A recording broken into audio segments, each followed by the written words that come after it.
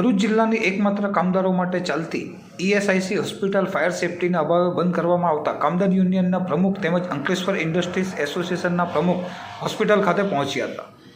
રાજકોટની TRP game zone દુર્ઘટનાએ આખા રાજ્યને હચમચાવી દીધો હતો। 28 લોકોના મોતની ઘટના બાદ ગુજરાત હાઈકોર્ટ તમામ મહાનગરપાલિકા અને શહેરમાં ચાલતા ગેમ ઝોનોમાં તપાસના આદેશ આપ્યા હતા, જેને લઈ રાજ્ય સરકાર દ્વારા અપાયેલ આદેશને પગલે જિલ્લા વહીવટી તંત્ર દ્વારા ચેકિંગ હાથ ધરવામાં આવ્યું છે। હાલ તો દક્ષિણ ગુજરાતના રિજનલ ઓફિસર સુરતના આદેશ અનુસાર ફાયર સેફટીના સાધનોના અભાવે જિલ્લાની અદ્યતન સુવિધાવાળી ઈએસઆઈસી હોસ્પિટલ બંધ કરવામાં આવી છે, જેને લઈ આજરોજ કામદાર યુનિયનના પ્રમુખ ડીસી સોલંકી તેમજ એઆઈએના પ્રમુખ જસુભાઈ ચૌધરી પણ હોસ્પિટલ ખાતે પહોંચી મેડિકલ સુપ્રિન્ટેન્ડન્ટ તેમજ હોસ્પિટલ મેનેજમેન્ટ સાથે વહેલામાં વહેલી તકે કઈ રીતે હોસ્પિટલ ચાલુ થઈ શકે તે અંગે ચર્ચા વિચારણા કરી હતી। કામદાર યુનિયનના પ્રમુખ ડીસી સોલંકીએ હોસ્પિટલની મુલાકાત દરમિયાન મીડિયા સાથે વાત કરતા જણાવ્યું હતું કે ચોક્કસપણે સેફટીના સાધનો હોસ્પિટલમાં ઉપલબ્ધ હોવા જ જોઈએ। એ સિવાય તેમણે વહીવટીતંત્ર સામે માંગ કરતા જણાવ્યું હતું કે હાલ જો કોઈ નવા દર્દી આવે તેઓને ટાઈપ કરેલ હોસ્પિટલમાં સારવાર અપાવવી જોઈએ, તેમજ 1 મહિનો નહીં પરંતુ જેટલું વહેલું બની શકે તેટલી વહેલી તકે ફાયર સેફટીની મંજૂરી લઈ હોસ્પિટલ વહેલી તકે ચાલુ થવી જોઈએ। તો બીજી તરફ અંકલેશ્વર ઇન્ડસ્ટ્રીઝ એસોસિએશનના પ્રમુખ જસુભાઈ ચૌધરીએ પણ મીડિયા સાથે વાત કરતા જણાવ્યું હતું કે ચોક્કસપણે આ હોસ્પિટલની બેદરકારી છે, ફાયર સેફટીના સાધનો તો હોવા જ જોઈએ। આ મુદ્દે જિલ્લા સમાહર્તાને લિખિત રજૂઆત કરી હોસ્પિટલ ખાતે ફાયર સેફટીના સાધનો વહેલી તકે મૂકવામાં આવે તેમજ ઓપીડી ચાલુ રાખી વધુ નિદાન માટે કામદારોને ટાઈપ હોસ્પિટલમાં રિફર કરવામાં આવે તેમજ આ હોસ્પિટલને વહેલામાં વહેલી તકે પુનઃ ચાલુ થઈ જાય તેમ જણાવ્યું હતું। રાજકોટ અગ્નિકાંડ બાદ ઈએસઆઈસી હોસ્પિટલ જે કર્મચારીઓ માટે ચાલતી હતી બંધ કરાઈ છે। કામદાર આગેવાન તરીકે તમારો શું નિર્ણય છે?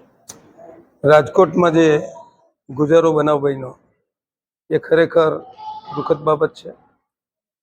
મૃતકોના આત્માને પ્રભુ શાંતિ આપે અને એમના પરિવારોને આ કારમો આઘાત સહન કરવાની શક્તિ આપે એવી પ્રભુને પ્રાર્થના કરું છું। એ અગ્નિકાંડના જે પડઘાઓ છે તે સમગ્ર ગુજરાતમાં નહીં પણ સમગ્ર દેશમાં પડેલા છે અને પરિણામે જે ચેકિંગ કરતા ઈએસઆઈ હોસ્પિટલ જે લાખો કામદારો અહીંયા એની સારવાર લઈ રહ્યા છે, તો એ હોસ્પિટલમાં પણ ચેકિંગ કરતા સેફટીના સાધનો એમને જોવા મળ્યા નહીં, માટે વહીવટી તંત્રે આ બંધ કરવાની માટે એમણે નોટિસ આપી દીધી। હવે મારે એ જ કહેવું છે કે આ ઈએસઆઈ જે હોસ્પિટલ છે એ કામદારો અને કંપનીના જે ફાળો હોય છે, લાખો ને કરોડો રૂપિયા એ ફાળો છે અને એ ફાળો સેન્ટ્રલ ગવર્મેન્ટમાં કોર્પોરેશનમાં જમા થાય છે।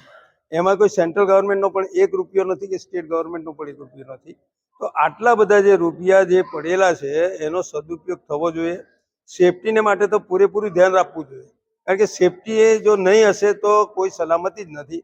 આજે તમે જે રાજકોટનો બનાવ બન્યો, વડોદરામાં બનાવ બન્યો, સુરતમાં જે બનાવો બન્યા અને લાખો અને હજારો કેટલાઓ ભૂલકાઓ પોતાના બિચારાઓએ પોતાનો જીવ ગુમાવ્યો, અકાળે અવસાન પામ્યા એ લોકો। એટલે આવી બાબતમાં સેફટીની બાબતમાં પૂરેપૂરું ધ્યાન રાખવું જોઈએ। ઈએસઆઈ હોસ્પિટલની અંદર હમણાં ઓપીડી તો ચાલુ છે અને જે સિરિયસ જે કેસો આવે એને ટાઈપ કરેલી હોસ્પિટલની અંદર એ લોકો સારવાર કરાવે એવી મારી આ વહીવટીતંત્રને અપીલ છે।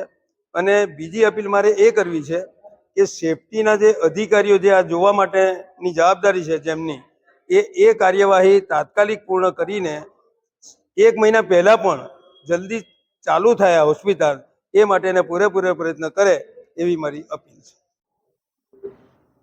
ખાસ કરીને રાજકોટની ગુજારી ઘટના બાદ કેન્દ્ર દ્વારા ચાલતી ઈએસઆઈસી હોસ્પિટલ બંધ કરાઈ છે। 1 લાખ જેટલા કર્મચારીઓ અહીંયા આગળ સારવાર લેતા શું કહેશો? આ ખરેખર રાજકોટની જે ઘટના બની છે ખૂબ જ દુઃખી છે। ગુજરાતમાં ઘણી જગ્યાએ આવી નાની મોટી દુર્ઘટનાઓ થતી હોય છે, એ પણ ખોટું છે। આ તો કેન્દ્ર સરકાર અને રાજ્ય સરકારના સહયોગથી આ હોસ્પિટલ ચાલતી હોય છે। એમાં અમારા કામદારોના અને કંપનીઓનું જે ફંડ હોય છે એ ફંડથી આ હોસ્પિટલ જે તે વખતે ઊભી કરવામાં આવેલી છે। ખૂબ જ સારું ઇન્ફ્રાસ્ટ્રક્ચર છે, પણ છતાંય આ તંત્રની બેદરકારી જ કહી શકાય કે આવા ફાયર સેફટીની અહીંયા કોઈ નોર્મ્સનું પાલન થયું નથી। અને હવે અત્યારે જ્યારે જિલ્લા વહીવટીતંત્ર અત્યારે જાગ્યું છે ત્યારે આને 1 મહિનાનું જે બંધ કરવાનો આદેશ કરેલો છે એ બાબતે અમે મૌખિક અત્યારે વાત કરેલી છે અને એસોસિએશન લેવલે હું આજે જ લેટર લખવાનો છે જિલ્લા કલેક્ટરશ્રીને કે અમારા કામદારો હેરાન ના થાય એ માટે ઓપીડી ચાલુ રાખો અને ઓપીડી પછી જે એનું નિદાન કરવાનું અગાઉનું જે નિદાન કરવાનું હોય એ નિદાન જે ટાઈપ કરેલી હોસ્પિટલ હોય તે એમને રિફર કરવામાં આવે અને યોગ્ય સારવાર મળે એવી હું અપેક્ષા રાખું છું. અને આ જે ફાયર સેફ્ટીના સાધનો જે બી હોય, સ્પ્રિંકલર હોય કે પાઇપલાઇનથી જે બી વ્યવસ્થા કરવાની હોય, ફાયર એનઓસી લેવાની હોય, એ કોરોના પછી લેવામાં આવી નથી એવું મને ડૉક્ટર દ્વારા જાણવા મળ્યું છે. મેં ડૉક્ટરને પણ વાત કરી છે કે આનું તાત્કાલિક જે પણ કરવાનું હોય એ નિરાકરણ લાવો અને જલ્દીથી આ હોસ્પિટલ ઇન્ડોર અને આઉટડોર બંને બી પુનઃ કાર્યરત થાય એવી અમારી વિનંતી છે.